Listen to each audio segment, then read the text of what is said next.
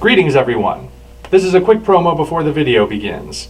If you're new to the channel and you didn't know it yet, I am actually an author in addition to being a YouTuber, and I have 2 books that you can get on Amazon. Operation Red Dragon: The Daikaiju Wars Part 1 and The Occult Mafia.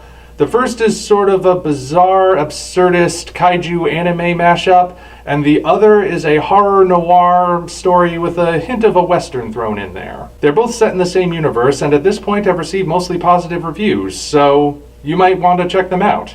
I've provided Amazon links for both of them down in the description. They're both available in either paperback or Amazon Kindle, and Operation Red Dragon is also available in audiobook form. So if either of these strike your fancy and you want to support a struggling artist, feel free to go down and check out either one or both of them. Alright, the shameless self-promotion is out of the way, we can get on with the video. Thank you all for your support. Hello ladies and gentlemen, I am the Omni viewer, and the wait is over. Primal is back. After a year's wait, barring that one episode they debuted early on April 1st, Genndy Tartakovsky's Primal is finally back on Cartoon Network's Adult Swim. It was a long wait, let me tell you, but I think it was worth it. I recently actually revisited those first 5 episodes in preparation for this next episode coming up, which, by the way, this is not a second season, this is the continuation of the first season, and the second season has been greenlit. But I watched those first 5 episodes again because I wanted to see if they would hold up. And boy do they ever. Like, sometimes when you first watch something and it's like nothing you've ever seen before, you go back to it and it maybe doesn't have the same luster. Primal retains its luster, let me tell you. Those first 5 episodes have stuck with me ever since I first saw them. I am, you could say, haunted by Primal because it is so unlike anything else I've ever seen in animation. And I've seen a lot of animation from all over the world, but this is different. Primal truly is not just a show, but an experience. It's the kind of show you actually have to watch because there's no dialogue. Most of the storytelling is done entirely through visuals, occasionally through sound effects, but no spoken words, not even the 1 million years BC cave speak kind of stuff. So you have to actually watch it and pay attention to get the story. And it never loses you, even when it's a little bit slower. It never loses you, even once. And I was certainly hoping that the second half of this season would continue that trend, and I'm happy to report that it does. So episode 6 is officially entitled Scent of Prey, and it picks up right at the end of episode 5, where Spear, our caveman, has slaughtered all of the ape men who kidnapped them and put him and Fang in this arena for a gladiator match for no reason other than to just kill them. And he managed to get them all, but when we left it off in episode 5, it seemed like he might have been too late to save Fang, our T-Rex. And she might have been dead. We weren't entirely sure. Well, the beginning of episode 6 assuages our fears pretty quickly. Fang is alive. It's no illusion, it's no dream sequence or anything. She really is okay, but she is terribly wounded at the start of the episode. And basically the plot of this one is Spear has to keep her alive while she's healing. Nurse her back to health, ward off the scavengers, because the scavengers come pretty quickly. There are these giant buzzards that appear over the amphitheater that Spear has to fend off. Most of the time they're feeding on the slaughtered ape people, but they're gonna come for Fang eventually, he knows that. So he's got to get her out of there, and then, well, okay, first of all, before I get to the main antagonist of the episode, because the buzzards are just the first hurdle, I want to say one thing this episode does really well is showcase Spear's ingenuity, because part of his whole thing with how he's able to survive is that he is human. Primitive human, but human all the same. So he's smart. Smart in a way that the animals aren't, because he can use tools, he can reason, he can determine cause and effect. And this episode brilliantly showcases how he's able to look around him and see stuff in his environment that he can use, and then he uses them to the best of his ability. Whether it's making some mud to patch up Fang's wounds as best he can, or using some nearby bamboo to create a sled to pull her on, things like that. It's really good at showcasing his character, especially because he's all we've got for this one. Fang is there, of course, she's alive, but she's out of commission for the most part. So Spear's got to go it alone. And boy, does he have a time of it. Like, he gets put through the ringer. I don't think there's a previous episode where we've seen him this beat up at any particular point. We've seen him get beat up, but we've never really seen him wounded. And he does get wounded pretty severely in various ways, all to protect Fang. And, I mean, it's hard to watch at times, but at the same time, it really shows you how close they've become.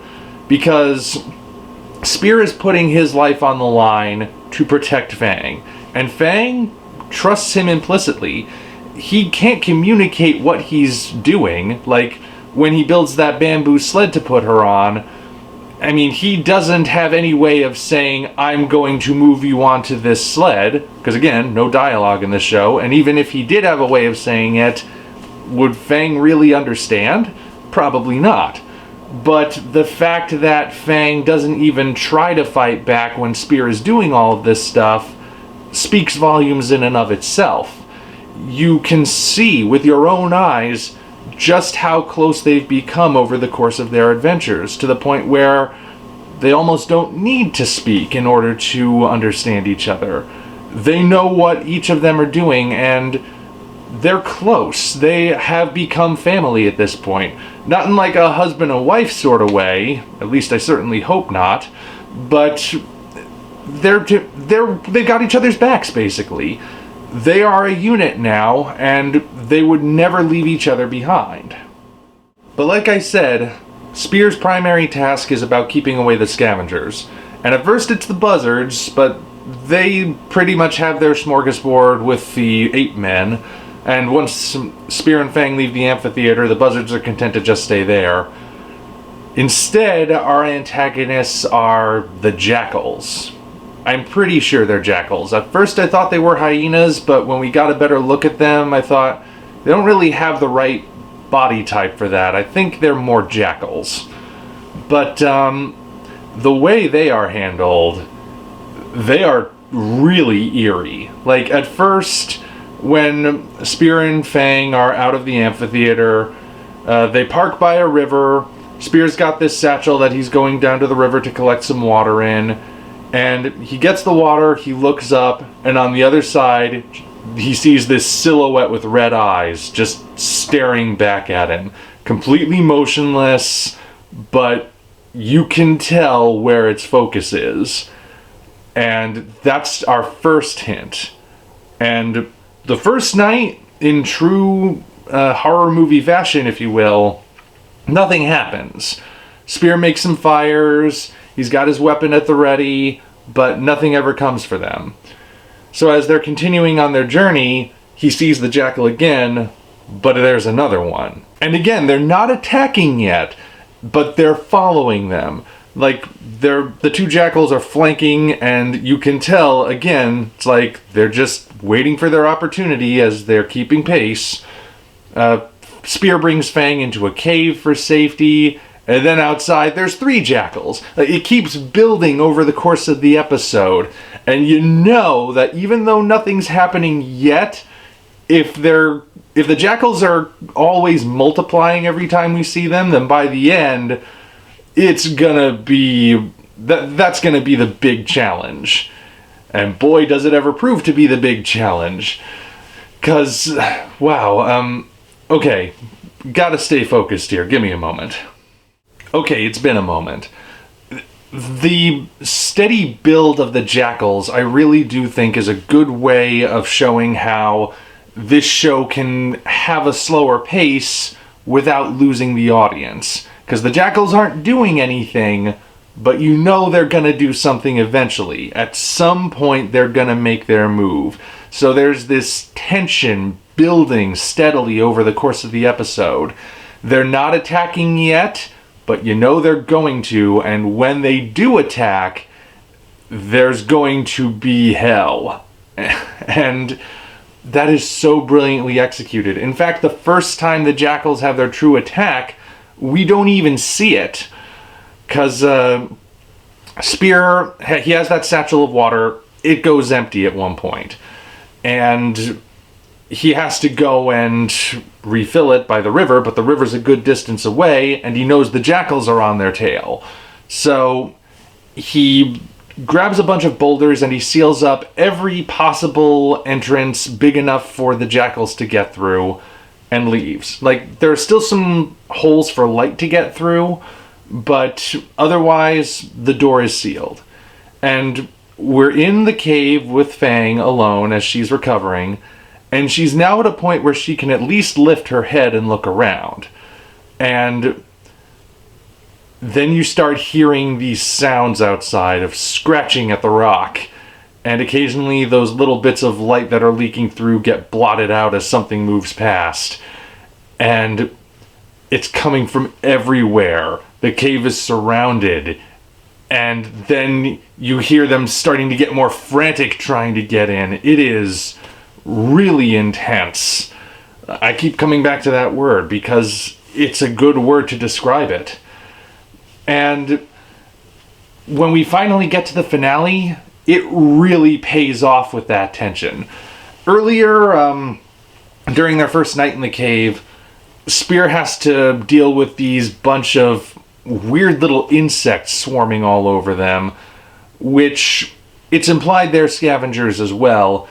And they've got this weird thing where they've got this really dense exoskeleton shell covering their backs, but they're soft underneath, which proves to be important eventually. First of all, it makes them a little bit harder to kill at first, so Spear, once again, has to be smart about it. He figures out that they happen to be shaped just right, that he could wear them as gloves, and essentially he invents brass knuckles. And that's when he gets his weapons, he climbs out, and he's staring down this army of innumerable Jackals, just waiting for the chance. And, well, first of all, before I get to the battle, I should say that right before that, we get a great tender moment, if you will, between Spear and Fang. Because Spear gets back in after fighting off some of the Jackals that were trying to get in, and we see that Fang is actually now healthy enough that she can at least make an attempt to stand, but one of her legs is still pretty beat up. And it's clearly hurting her. Throughout the whole episode, in fact, Fang is making these sounds that just will rip your heart out. It's so sad to hear. I mean, even though you know she's getting better, it's that animal lover in me, I guess, that just doesn't like seeing animals suffering.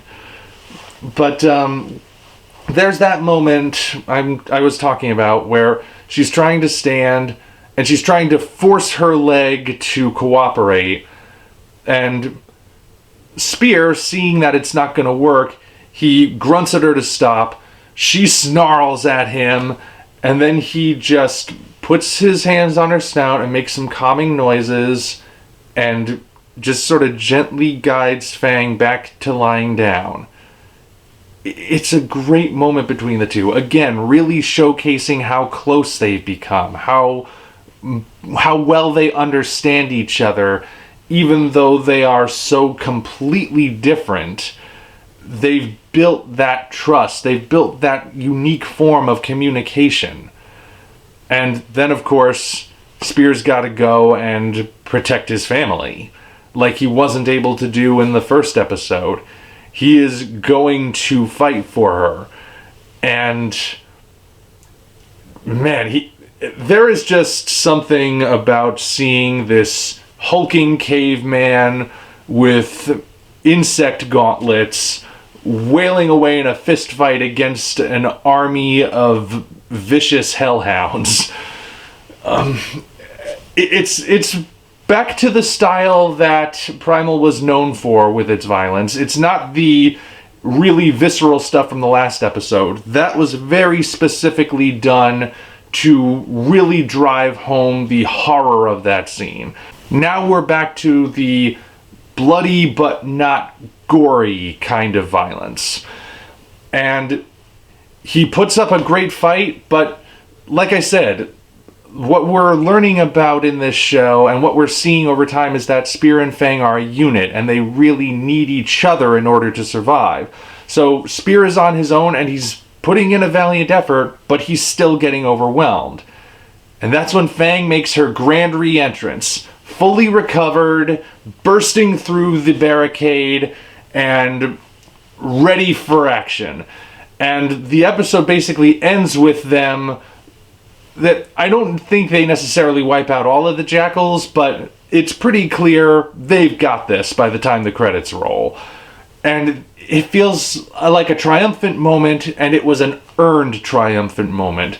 They got here not easily, and it feels that much more satisfying that they actually managed to win. Primal is back, and it hasn't lost its touch. Really looking forward to seeing the rest. Although, the next episode is the episode we saw on April 1st. The zombie one. Now, even though I already reviewed that one, I intend to review it again. I want to see if a second viewing brings up any new insights, or if my take on it has changed in some way over the course of months. But either way, this one was a brand new one, and I'm really looking forward to the rest. I missed this. I am glad that Primal is continuing, and well, yeah, I guess I've run out of things to say, so I may as well end it here. And if you want to share your thoughts on the episode, if you've managed to see it, feel free to leave them in the comments section. Until such time as we meet again, this is the Omni Viewer signing off. If you enjoyed this video, you know what to do. Like and subscribe, then go down to the description to find links to follow us on DeviantArt, Patreon, and Twitter. While you're there, you'll also find the Amazon links for the original novels Operation Red Dragon, The Daikaiju Wars Part 1, and The Occult Mafia. 2 books I think you'll really enjoy. Thank you all, and we appreciate your support.